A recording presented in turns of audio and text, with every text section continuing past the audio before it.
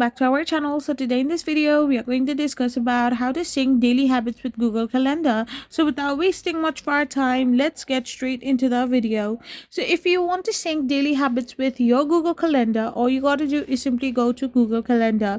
Once you're in Google Calendar, you need to create a dedicated habit calendar.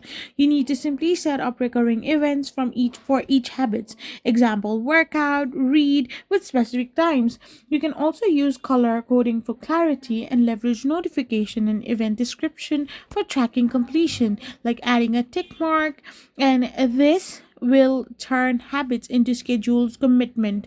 Once you have done this, it can ensure they appear alongside your meetings and providing visual cues for your routines with options to integrate with dedicated habit apps like Habitica or Reclaim.ai for advanced features.